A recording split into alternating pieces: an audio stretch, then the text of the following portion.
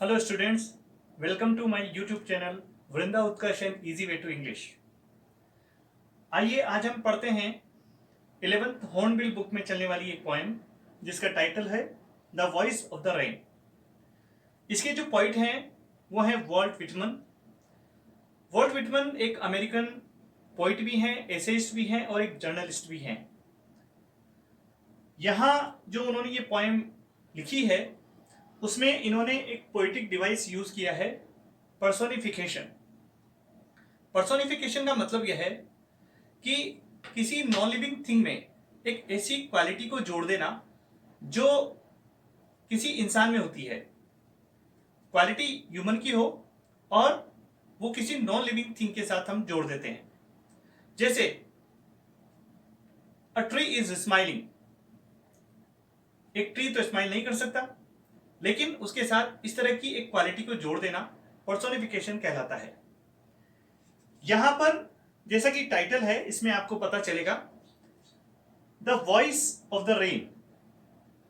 Voice से तात्पर्य है आवाज, जबकि रेन का तो साउंड होता है क्योंकि rain is a non living thing, लेकिन रेन के साथ वॉइस वर्ड को यूज किया है। वॉइस हमेशा एक किसी ह्यूमन की होती है।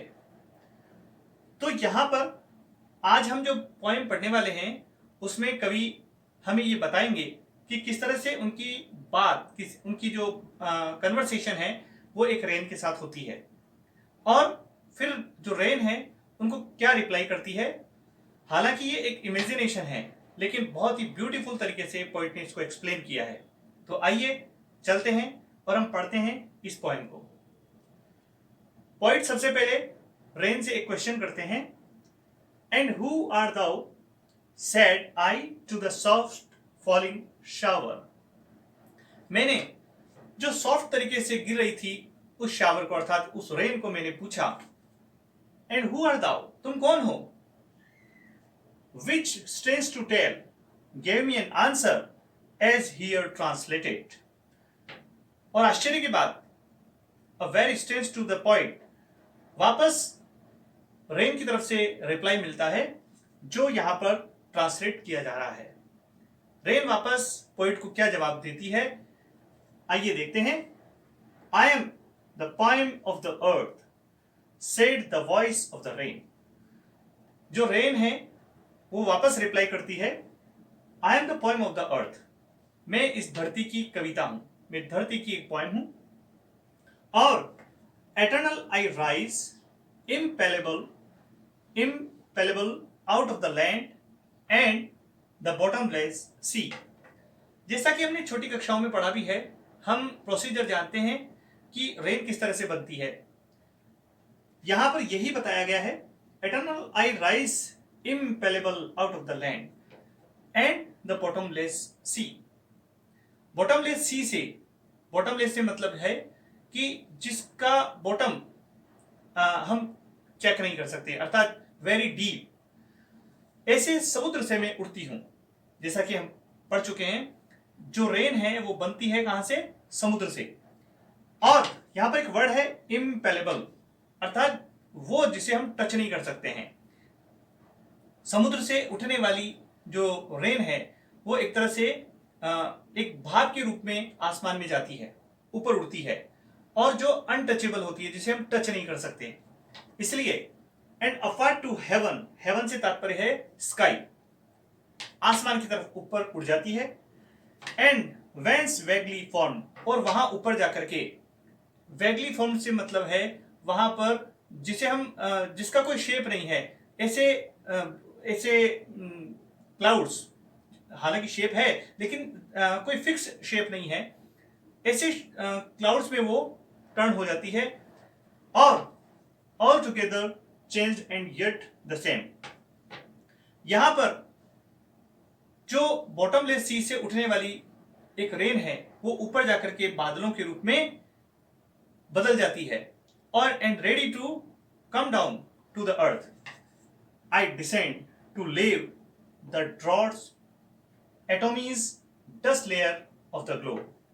अब यहां पर उसका फॉर्मेशन है और यहां पर अब उसका एक तरह से उसका यूटिलाइजेशन है। रेन हमारे लिए किस तरह से उपयोगी है, यहां पर रेन बताती है कि इस तरह से मैं फॉर्म होने के बाद में क्या करती हूं, I descend to leave the droughts atomies dust layer of the globe. मैं वापस धरती की तरफ नीचे आती हूं, जो उसका ओरिजिन है, यहां से, यानी कि जहां से वह उठी है, जिस समुद्र से, जिस लैंड से वो उठी है, वापस वहां पर उसी की तरफ उसका वापस निकलना शुरू हो जाता है, उतरना शुरू हो जाता है। आई डिसेंड टू लेव, लेव का मतलब होता है भिगोने के लिए, उनको एक तरह से गीला करने के लिए, उनको नहलाने के लिए। द ड्रॉट्स, ड्रॉट्स का मतलब होता है सूखा, एटॉमीज का मतलब होता है छोटे छोटे पार्टिकल्स। रेन के अभाव में, जब तक रेन नहीं होती है तब तक एकदम सब तरफ सूखा ही सूखा होता है, और उनको सबको भिगोने के लिए dust layer of the globe, जो ग्लोब के जो डस्ट लेयर्स हैं उनको भिगोने के लिए वापस रेन धरती की तरफ उतरना शुरू होती है। And all that in them without me were seeds only latent unborn.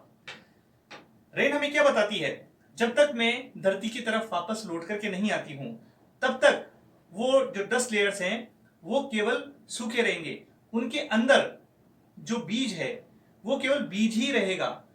मेरे आने के बाद ही उनमें कोई ना कोई एक वो स्प्राउट होंगे, वो कुछ पौधे का रूप लेंगे।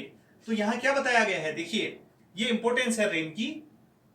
आई descend to leave the droughts atomies dust layer of the globe. मैं ग्लोब के जो एटॉमीज और जो डस्ट लेयर्स हैं उनको भिगोने के लिए आती हूं, क्योंकि मेरे आने के पहले, मेरे आने के बिना, विदाउट मी वर सीड्स ओनली, वो केवल सीड्स हैं, वो केवल बीज हैं, लेकिन मेरे आने के बाद, मेरे उनके ऊपर गिरने के बाद ही वो एक पौधे का रूप लेते हैं। वो लेटेंट हैं, लेटेंट से तात्पर्य हिडन, वो छुपे हुए हैं, धरती के अंदर ही छुपे हुए हैं। एंड अनबॉर्न, उनका कोई जन्म नहीं होता मेरे आने से पहले, मेरे आने के बाद ही उनका जन्म होता है। एंड फॉरएवर, और हमेशा, by day and night I give back life to my origin. मैं वापस अपनी ओरिजिन को लाइफ देती हूं, जहां से मैं उठी हूं वहीं पर मैं वापस जाकर के जो सीड्स हैं उनको मैं वापस एक लाइफ देने का काम करती हूं। And make pure and beautify it.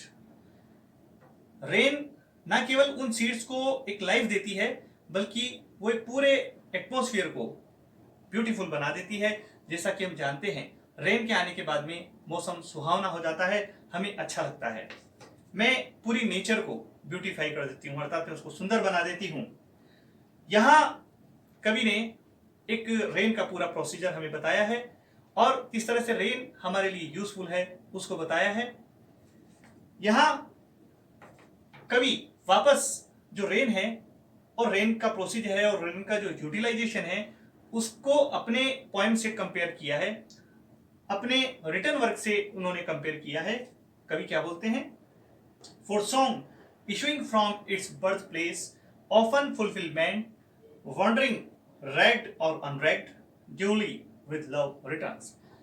जिस तरह से एक रेन अपने ओरिजिन से ऊपर उठती है और वापस धरती पर आती है, कई सारे लोगों को खुश करती है, उसी तरह से मैं जो पोएम लिखता हूं, जो मेरा जो रिटन वर्क है वह भी कई सारे लोगों को खुश करता है और वापस मेरी तरफ ही लौट करके आता है। मुझे वापस उसमें एक खुशी मिलती है कि मेरे कुछ लिखने से, मेरे कुछ अच्छे कार्य करने से लोगों को खुशी मिली, वो खुशी वापस मेरी तरफ लौट करके आती है। चाहे ये रेड और अनरेड से तात्पर्य है, चाहे ये कोई देखे या ना देखे, लेकिन वो खुशी मुझे वापस मिलती है। इस तरह से कवि ने अपनी जो पोएम है उसको कंपेयर किया है रेन के प्रोसीजर से। यहाँ पर कुछ हार्ड वर्ड्स हैं। इम्पेलेबल, जिसका हमने आपको मतलब बताया था, something that can not be touched, जिससे हम टच नहीं कर सकते। लेव से तात्पर्य है वॉश और बैथ, भिगोना, गीला करना या नहलाना। एटॉमीज से तात्पर्य है टाइनी पार्टिकल्स, जो छोटे छोटे पार्टिकल्स होते हैं जो धरती पर, उनके लिए। लेटेंट से तात्पर्य है हिडन, छुपा हुआ। उम्मीद है आपको ये पॉइंट समझ में आई होगी। आप इसी तरह से हमारे चैनल के साथ जुड़े रहें। Thank you very much.